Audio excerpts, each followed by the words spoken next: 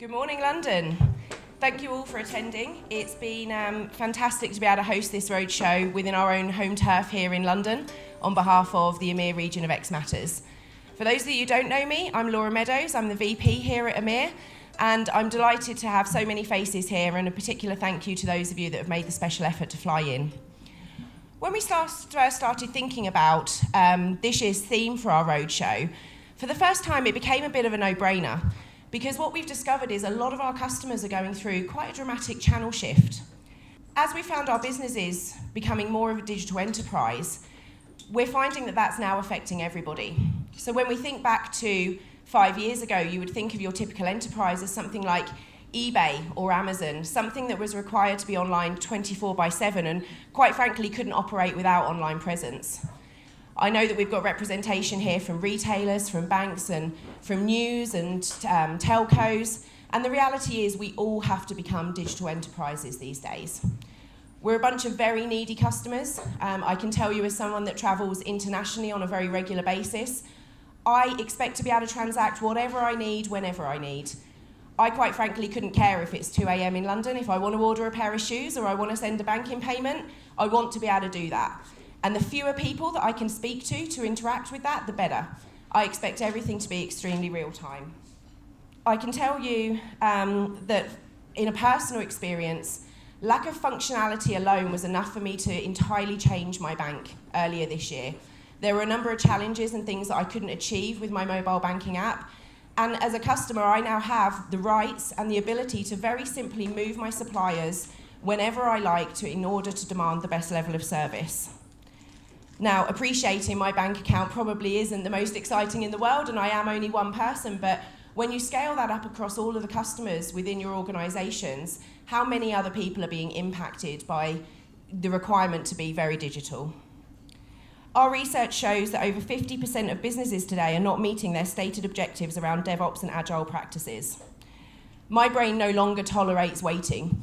My brain knows I have an iPhone, it knows that it has Google on it 24/7, and no more can I just think, I'll look that up tomorrow. My brain just doesn't allow it. It expects me to be able to look up information whenever I want and everything to be fully available. My husband and I recently introduced a new woman into our household, and while she can be a bit temperamental at times, the great thing about her is I can shout many demands and requests and expect things to happen very instantly on the proviso that I use the magic word, Alexa. Today we're going to be hearing from thought leaders within xMatters, our clients and our partners, and we hope that every one of you will take away some inspiration on how you can take best practices back to your business and start bridging the gap between your business objectives and your agile practices to become bigger and better than you have been before. We encourage you to interact with our sessions, to network with your peers, and to be inspired around meeting those goals. So once again, welcome to Agility. We're delighted to have you here. And with that, I'm going to introduce our CTO, Abbas Haider Ali, a thought leader within the DevOps space.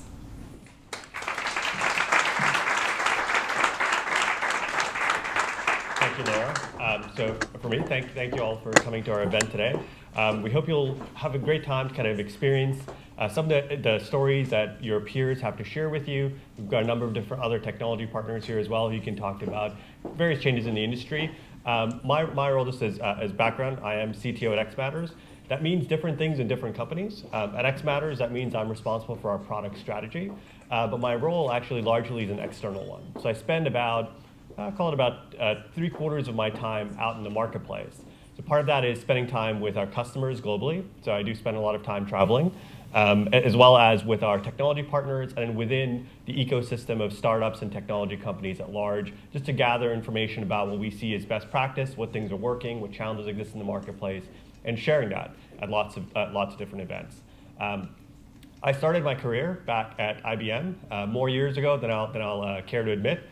There's a few gray hairs buried in there. I have to cut my hair shorter and shorter every year to mask them, but they are in there, and they kind of indicate that I've been in the market for a number of years at this point. And what I wanted to do today was share with you some of the various things I've observed in the marketplace that are starting to shift. So you've probably all heard the phrase, software is eating the world. by market reason. It's kind of a famous catchphrase. At this point, almost a little bit of a trope because it's used so frequently. And really one of the things that it captured was when we started back to the point where we started having infrastructure as a service, cloud computing became more prevalent, we had this scenario that we started to see industries shift very, very quickly. And we saw it happening in various phases. Initially, it was that technology was making it possible for things to get done more quickly. There was kind of a pace increase that we observed in the marketplace. And it was followed quickly by another shift where we used to say, software is eating the world, and that changed to mobile is eating software, and then was followed quickly by AI is eating mobile. And there's a couple of different trends to take away from that. One is clearly technology is very hungry and is always going to eat everything that comes before it. We also observed that these waves between technology shifts were happening much, much more quickly. So time between them was shrinking. The other thing that we've also observed over time is that it's not that technology elements are just features anymore, but they can reshape entire industries. So as an example, in the advent or the early days of mobile ecosystems, we saw everyone simply saying, I need a mobile app for my system. So if you were a bank, said, I would like to have a mobile app for customers to do financial transactions. If you were a healthcare provider, you had a healthcare app. If you're a retailer, you provided a shopping application. That was really the first wave of shifts in technology. But those were actually not really big shifts, really. You were providing a different interface using a new technology. And then what we saw was a second wave of shifting. And that involved actually reimagining industries using those same technologies. The classical examples of that would be things like Uber, where you see reshaping of transportation by something using mobile technology to actually reshape an entire industry.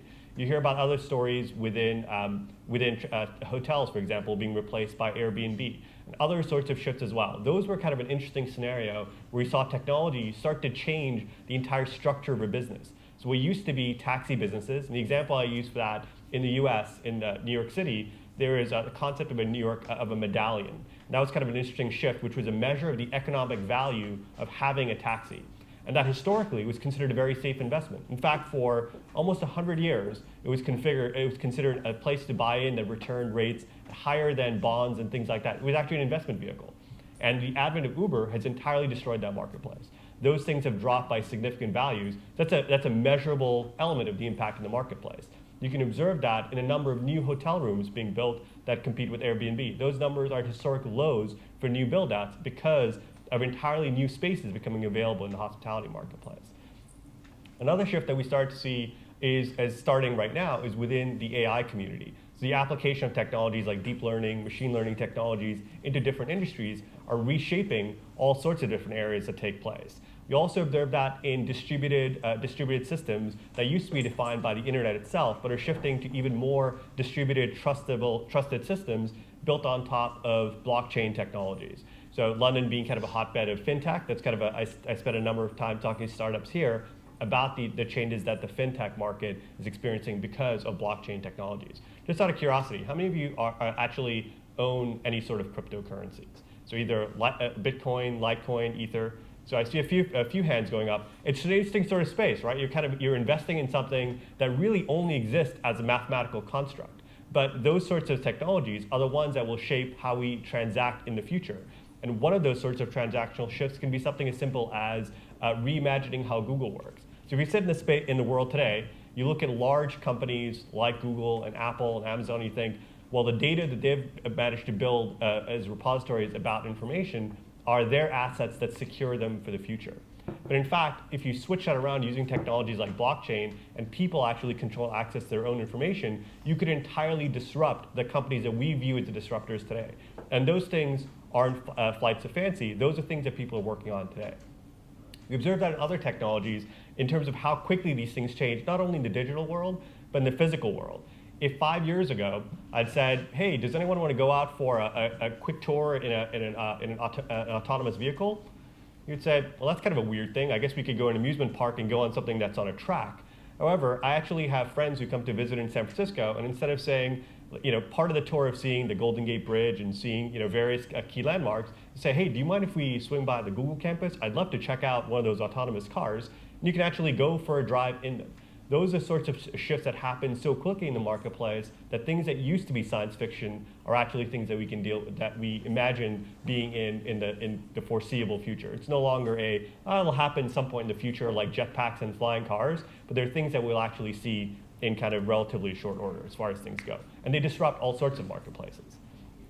And one of the things that we observed as a result of these changes is the pace of change in technology. So as these technology shifts occur, if you're in an enterprise today, there is someone out there somewhere who's going through and saying, how do I destroy that person's business, right? That it's effectively the foundation of a lot of these things is you have the audacity to say that any business at any scale is disruptible. Things that were previously thought of as untouchable. Things like healthcare, insurance, that you would think need massive amounts of infrastructure, technology investment to do, are actually within the reach of venture capital investments, which is something that historically has not been possible. It required massive amounts of capital and intellectual property to do it. Those things are fundamentally starting to shift as well.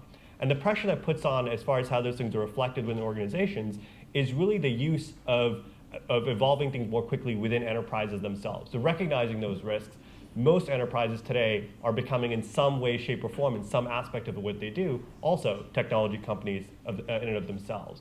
And those shifts are reflected in sorts of discussions you have internally within businesses that talk about, oh, we develop software ourselves, we have a technology group, we've developed using agile methodologies. And those sorts of things are also resulting in lots of changes. We see that reflected as agile on the development side, but one of the other shifts we've also seen is how we operate technology.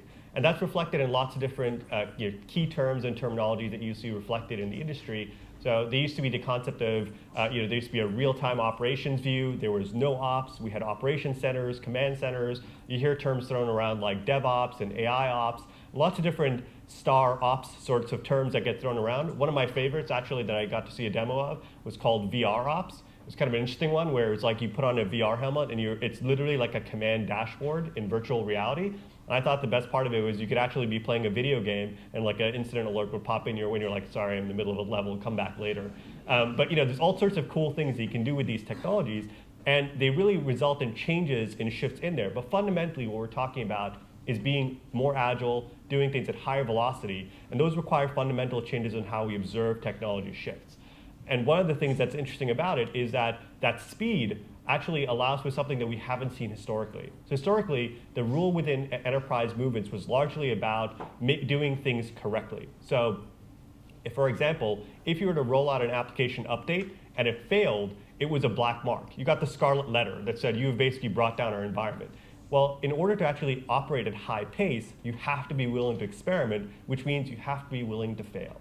And that's one of those really other interesting shifts that we're seeing from a cultural standpoint, is the acceptance that things actually will go wrong. And if they're not going wrong, so if you actually are in an environment today that operates at high pace and nothing actually goes wrong in any changes you push to production, now there's ways, of course, of controlling the impact of those failures, which we'll talk about later. But if you have zero failures in the things you're actually doing, you're not doing enough. You're not doing it at a high enough pace. You're not taking enough risk. In fact, failure is not a measure of things going wrong. It's a measure that you're probably doing something right. Controlling the impact of those failures, a different scenario to look at, but that's actually one of the hallmarks to look for. And that's a big cultural shift as well. So one of the things that you'll hear a lot about operational teams taking on more sorts of DevOps responsibilities is really the idea of, how do we actually adjust the pace of operational teams to work at development? Right, development kind of has the advantage of saying, well, I'm simply building a quick change, I'm going to push it out there, but they don't have to deal with the production level issues. So if something goes wrong in a code push and my mobile banking app stops working, it's not typically, they're not the first ones on the call who are going to receive it, right? There'll be customer support teams, there'll be external impact, there'll be PR teams, incident teams who have to deal with those issues. It's kind of a breakdown there. And that's really been the cultural shift within operational organizations, is to say, if we're going to build things very, very quickly, there's not enough time for the organization to absorb from the developer side all the way to the frontline customer support team to know every single change that's going out there. Now, what results in is, how do we bypass these systems to get better resolving them? So you'll hear phrases like, if you build it, you run it, right? And that's kind of the general fundamental approach of going around the DevOps approaches, allowing those teams to work more closely together. Gone are the days where you have the benefit of, I'm a developer, I build things, I throw it over the fence, someone else runs it, and now that's their problem, right? Those sorts of things fundamentally are breakdowns in the ability to actually operate at high velocity from an operational standpoint. However, interestingly, DevOps at this point has been around as a concept for about 10 years. So it's not a young, new thing anymore. There's actually books that are now about 10 years old about the topics of DevOps. But on those areas, we still see, as far as maturity is concerned, when we go out and measure it in the marketplace, it's actually surprisingly low. It's not as high as you would expect for something that's been around for quite that long. And one of the measures of this are various surveys that are out there. So how many of you read surveys like the Puppet State of DevOps? By a quick show of hands. I see a few hands. We've actually done similar work we have with Atlassian. How many of you use Atlassian products in your companies? Jira, Confluence, things like that? Okay, so fair number. Those are very popular products. We'd actually done some work with Atlassian and going out to marketplace and talking about the full life cycle, not just the build and release, but the operational state, and talking about maturity within those organizations as far as how they work. And it's surprisingly interesting to come back and get results that people still struggle with the cultural and organizational alignment elements of it. And part of this comes back to, and we focused on larger enterprises in this particular survey. What we found was that a lot of that comes from being risk averse on the operational side. The thing I talked about, it's okay to fail in production. Those sorts of things are really tricky because those organizations are used to evaluating things as the lack of any sorts of failure is a hallmark of success. So I mentioned I started my career at IBM. One of the things that we always talked about was knowing exactly where our endpoint was and working towards it in a straight line. In fact, everyone was encouraged to go through and say, when you were evaluated on an annualized basis, the amount of things that went wrong in your world was a key measure of how well you did, right? So if you had 0 failures in everything that you did, you were doing a fantastic job, right? In today's world, that actually is terrible, because all it means is that I'm not doing things quickly enough to actually result in failures. I'm not experimenting quickly enough. I'm not moving at a high enough pace that things will go wrong. And they actually should go wrong because you learn from those sorts of things. The key here is how do we actually control those? And that's another area of maturity weakness that we saw within operational organizations. And really this comes from lessons not yet being absorbed fully from the development side into operational teams. There's some key test and verification technology approaches that really are very helpful, things like canary releases. Just as a quick show of hands, are you familiar with kind of the concept of canary releases within operations? Let's see a few hands. So the idea there is when you have a large distributed system, you actually push changes out to a small set of environments, direct some amount of production load there, and observe what happens very, very closely at high fidelity to observe that things are going well, and then continue to roll out across more of those sorts of environments. The idea there being that you take a risk with your production load for some small percentage, and the percentage depends on how mature you are at doing this, and actually operating within that sort of environment and rolling out across places. And under those cases, that's how you mitigate risk. It's not about just simply saying, I think this change should work, let's roll it out everywhere and see what happens, right? That actually would be an example of a high experimentation rate, but also extremely risky behavior, right? That's actually not what you want. You want to be able to experiment freely, but minimize risk. And that's one way of doing that. And there are many examples like that within the development world that you can borrow lessons from. And these sorts of practices brought into kind of production state require testing the resiliency of your environment on a regular basis against things that you can't predict. So as you make lots and lots of changes, and we see lots of enterprises moving towards the web scale sort of technology approaches where you're making multiple changes to production on applications every day, you have to kind of say, well, what are the things that could go wrong? I couldn't possibly test everything in my test environment at that pace, so I really have to be able to test out my system's resiliency in production at some level. This is kind of a habit of mine. I'm always asking questions of the audience, even though I'm the one here speaking. So how many of you are familiar with the practice known as chaos engineering? So I see a couple of hands. That's kind of an interesting discipline where you actually literally have a team, either a team of people or software systems that are out there that go out there and mess with things in production. Essentially the equivalent of the worst data center engineer in the world, just going out there pulling power cables out whenever they feel like it, not telling anyone that it's about to happen, not in a change window, not waiting for a convenient time, just yanking a cable out and seeing what happens. Right? That's actually the principle behind it, is that at scale, you just break things and see what happens. See how teams react. If things break, are customers impacted? What is the way that we actually deal with that? That principle is actually the culmination of a lot of this experimentation approach out there. And this is the sort of thing that we see as being things that are still relatively immature within enterprises in particular. And one of those that comes into play is you can actually get measurable benefits to this sorts of things as well. And there's some key tests that you can do. And this is something that I like to do with lots of our customers, is go out there and just ask some general questions about how things are going in place. One of those is asking the question of who is allowed to declare that there's a customer impacting issue. right? So if you have a structure that says, well, if there's a customer impacting issue, it has to be declared by a major incident manager. And the major incident manager is one of 10 people in our organization out of a technology organization of 2,000, and they're the people who can post something on our external site that says something has gone wrong. But the reality is that small group of people, in fact, is going to go through many levels of escalation before they understand what's taking place. One of the tests of actually a mature DevOps culture and having autonomy for your teams is allowing the people who are closest to the application operational nature to be able to declare those sorts of customer impacting issues. Because the quicker you can declare those sorts of scenarios, the more rapidly you can marshal the resources to actually go out and deal with them. So that's an interesting task. Ask yourselves this when you go back. You're like, if something was to go wrong and it was a customer-facing issue, who's the person who can basically push the big red button that alerts our forward-facing customer teams to know that there's going on and potentially alert our customers as well? It's an interesting test to run through. The other scenario is also the immaturity we still see on the monitoring side. So another test you can always go through and ask is, if you look at the number of reported issues you've had for your customer-facing issues, how were they found? Were they found by your internal teams, your central monitoring team, by a site reliability engineering team, by the developers, or was it your customers? Did you start receiving a bunch of calls into your service desk that said, hey, I can't access your site, or I'm not able to buy anything on your website, I can't process any transactions? Were those the sorts of reports that did it?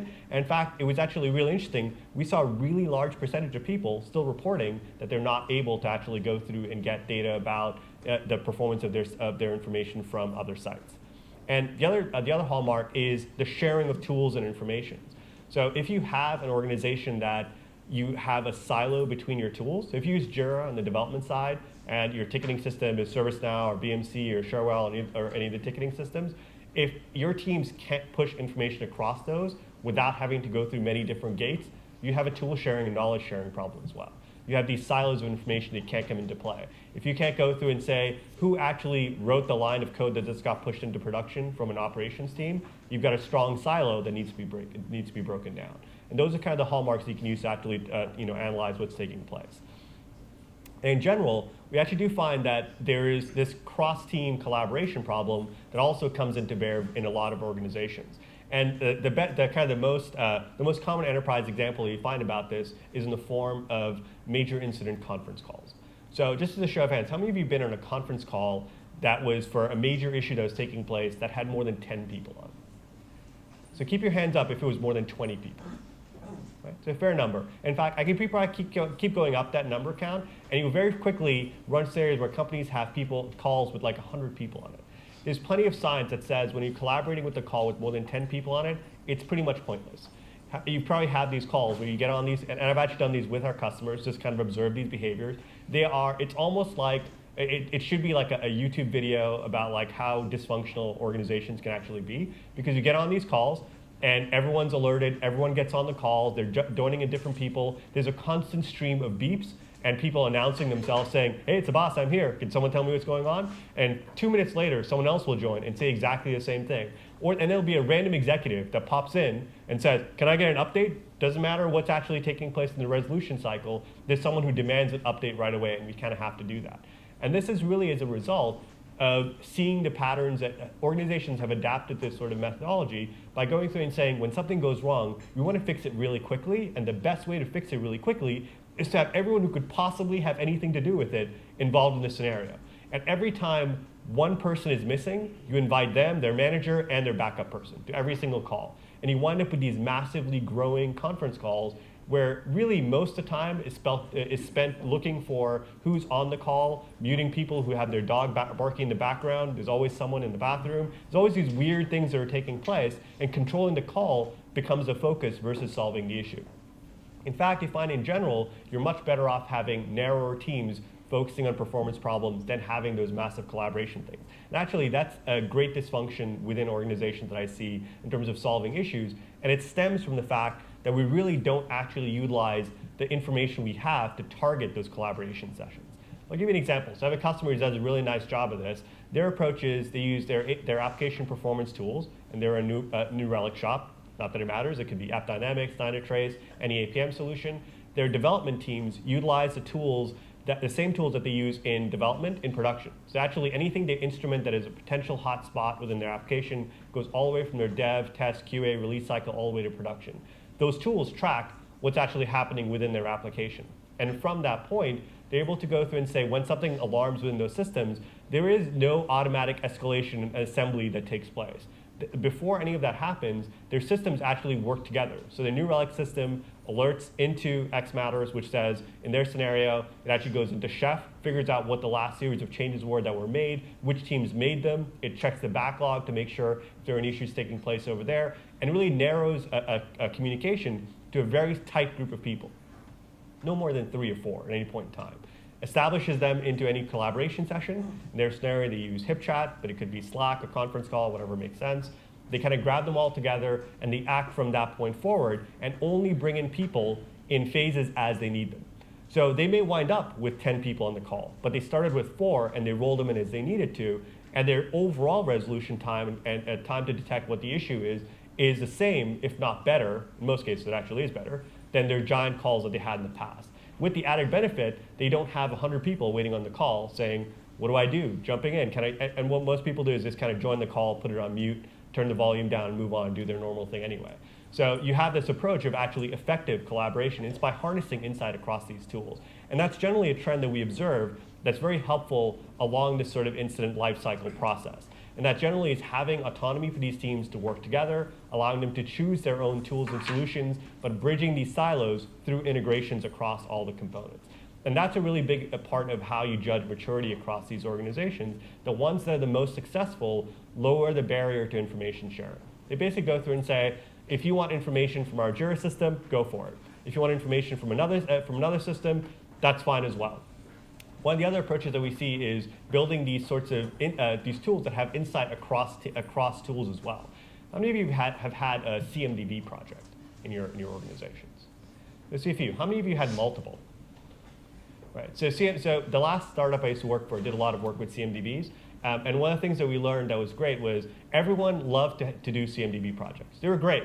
They had these amazing promises that they always said, we'd know everything about who's responsible for what piece of infrastructure. So under these sorts of conditions, I would know if a particular application is going wrong, I should use a CMDB to figure out exactly which person it is, what their birthday was, and what they like to have for dessert. Because the CMDB is going to be the source of all knowledge. And many organizations went through multiple iterations of these CMDB projects only to realize that even if they use discovery tools to feed them and populate them, the reality was under stress, those systems would not have the information they needed. They would still have these large groups that would come together to try to figure things out. Now, one of the benefits of dropping these barriers between these silos of information is that you actually create a structure for sharing information that's better.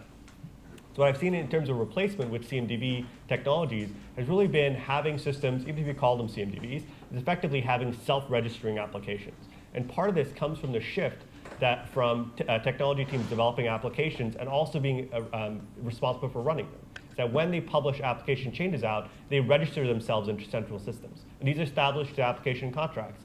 So if I'm rolling out a change to an authentication service, I would actually say into the system of record, hey, I'm the authentication service. Here's the version that I've now pushed out. Here's the changes that are in it. Here's the person who pushed the changes. If you want more details, reference this part in Chef. If you want the backlog and story details, here's the Atlassian Jira stories, connect off to those. And here's the components I'm going to push out to. And here's the applications that I think are also utilizing my service. And that becomes part of your operational nature. It doesn't become an issue of discovery after the fact, which has really been one of the failures of CMDB and projects of actually tracking infrastructure responsibility. So that's an operations concern. By shifting this into an engineering and development concern, and by making it a publication sort of approach, you don't wind up with a sort of scenario which says, I have to use network discovery to discover relationships, which is crazy because you're effectively saying, just let the applications run, we'll see what they do in production, and use that to extrapolate what their interconnects are, which makes no sense. You actually have that information on the development side, and that's where you should be using it. We also see this kind of approach drive a lot more actionable insights across these systems. So the approach here is to not only use this information to drive information to say, here's who should respond to an issue, but to arm them with the next steps. So if it's pushing changes back, rolling back to a previous version, alerting other teams, grabbing secondary information, by dropping the barriers between all the various tools you use, everywhere from development to production, you can actually have messages that go out to people to alert them during incidents and have them act to restore issues or in fact accelerate the resolution time by driving information to them. And we find that's really important across lots of different integration frameworks. And for accountability purposes, you want to make sure all this stuff is very closely tracked so you have the ability to go back and see who's responsible for it. The accountability problem is interesting. It really only tends to come up within enterprises because we have governance, we have compliance issues, regulatory information. That's kind of an important factor that really a lot of web scale companies like the Googles, the Amazons, et cetera, those don't really have to worry about that because they operate generally outside a lot of those sorts of regulated frameworks. But within enterprises, it is something you want to consider, and you can actually build into lots of tools as well. The last point I want to really talk about was around incidents in general. How many of you have some sort of ITIL influence within your organization as far as operational structure is concerned? So I always joke about this in the US as saying, ITIL is one of those things that even though, we're getting close to July 4th, so kind of Independence Day, it's one of those colonial elements that still exists within the ITIL word coming out of the UK. So it actually exists in lots of different organizations. And it's one of those interesting things that we've seen is that the terminology that's resulted in changing. So the word incident has become a very sort of reserved word, right? So we have a textbook definition of the word incident that comes from the ITIL word, and if it doesn't match, we're like, well, that's not an incident. I don't want that doesn't fall into my framework. One of the changes that we see with sort of this cultural shift towards shared responsibility, shared goals, shared metrics as far as what we work towards is reuse of the word incident. So incident management is moving outside of purely the context within ITIL to become something that we want to utilize on a regular basis. I'll give you an example. So if I'm working on a piece of application code and I'm going through my own build cycle and my build fails, nobody else cares about that, but to me that's an incident, right? Something's gone wrong within my workflow. If I'm on the release team and I'm pushing a piece of application outside of my environment into a pre-prod environment and that fails, it's not an incident to a customer, but it is an incident in my workflow. And one of the important shifts that we kind of start to see is by allowing this sort of shared use of terminology, by saying incidents are really when things go wrong in anyone's workflow. They are a concept of incidents that impact customers and major incidents that may have significant impact. But by sharing this terminology and by utilizing the same frameworks to act on those sorts of failures, we actually get better at dealing with incidents at scale. I'll give you an example. So if I'm on the application side and I'm utilizing a system to actually contact me when something that I care about in my workflow breaks, when something breaks in a production application and I utilize the same system, I'm already used to interacting with a workflow breakdown in my day-to-day job. You certainly don't want a scenario where you're breaking down your developers' doors for every single day sorts of issues. In fact, in general, that should only be happening on rare occasion, kind of the really major incidents that have really been diagnosed to really needing that sort of effect. But if that's part of their day-to-day sorts of activity, then you run into those concerns where you're able to wrap those sorts of things together. And it's really important to have that sort of shared terminology within there. Part of this also is going through and saying, if you want to have incident workflow that really is responsible for minimizing the number of production incidents, you want to be able to focus things down to go through and say, how do I actually utilize this at scale? And one of the key components there is shared tools. So I encourage every organization to actually try to standardize, not for the purpose of saying you can't make choices, but simply saying if you're going to use any sort of instrumentation and application during the build and test cycles, those same monitors are going to be useful on production side. So whether you're building out a DevOps team or a site reliability engineering team, that sort of shared tooling and monitoring is very important, so you have the same sorts of information that flow across at various stages of your application lifecycle. So with that, thank you all for your attention. I want to make sure that we have plenty of time for our other speakers. I generally am known to kind of talk get very long-winded, and I'll keep going all day. And then people will be at lunch, and people will be like, "This guy won't shut up." So, so at this point, what I'd like to do is actually transition over to our next speaker. We have a whole